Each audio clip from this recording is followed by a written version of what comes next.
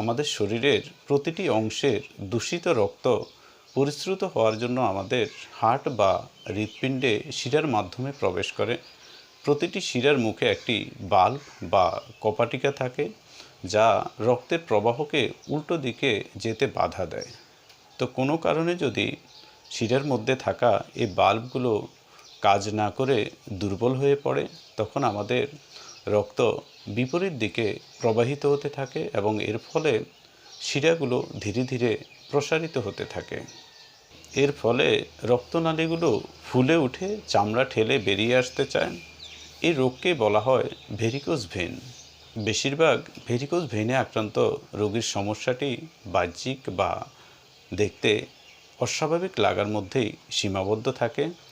তবে কিছু কিছু রোগীর ক্ষেত্রে কিছু সমস্যা বা উপসর্গ দেখা দিতে পারে, যেমন পায়ের পাতা ও পা ফুলে ওঠা এবং যন্ত্রণা, পায়ের নিচের অংশের পেশিতে খিঁচুনি, শিরার আশেপাশের অংশে চুলকানি, আক্রান্ত অংশের চারপাশের চর্মের রঙের পরিবর্তন হয়ে যাওয়া। তো এই ভেরিকোজ ভেন হওয়ার ঝুঁকি কাদের বেশি? যাদের বংশে কারো ভেরিকোজ ভেন হওয়ার ইতিহাস থাকে এবং যাদের ওজন বেশি, যারা দীর্ঘ সময় বসে বা দাঁড়িয়ে কাজ করে, তাদের এই ভেরিকোজ ভেন হওয়ার ঝুঁকি সবচেয়ে বেশি থাকে। তো এই ভেরিকোজ ভেন যদি কারো হয়ে থাকে, তাহলে আপনারা দুশ্চিন্তা না করে একজন অভিজ্ঞ হোমিও চিকিৎসকের পরামর্শ নেবেন।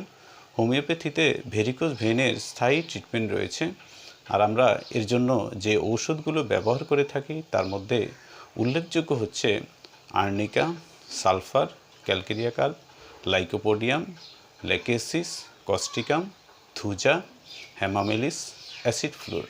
তো এই ওষুধগুলো আমরা রোগীদের প্রত্যেকের সিমটম অনুযায়ী দিয়ে থাকি।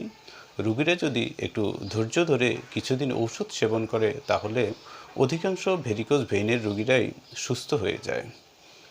আমি ডক্টর কে.এম. জসিমউদ্দিন। আমার সাথে থাকার জন্য আন্তরিক ধন্যবাদ জানাচ্ছি।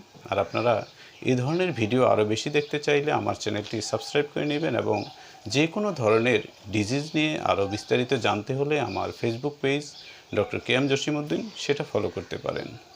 তো আজ এ পর্যন্ত, সবাই ভালো থাকুন, সুস্থ থাকুন। আল্লাহ হাফেজ।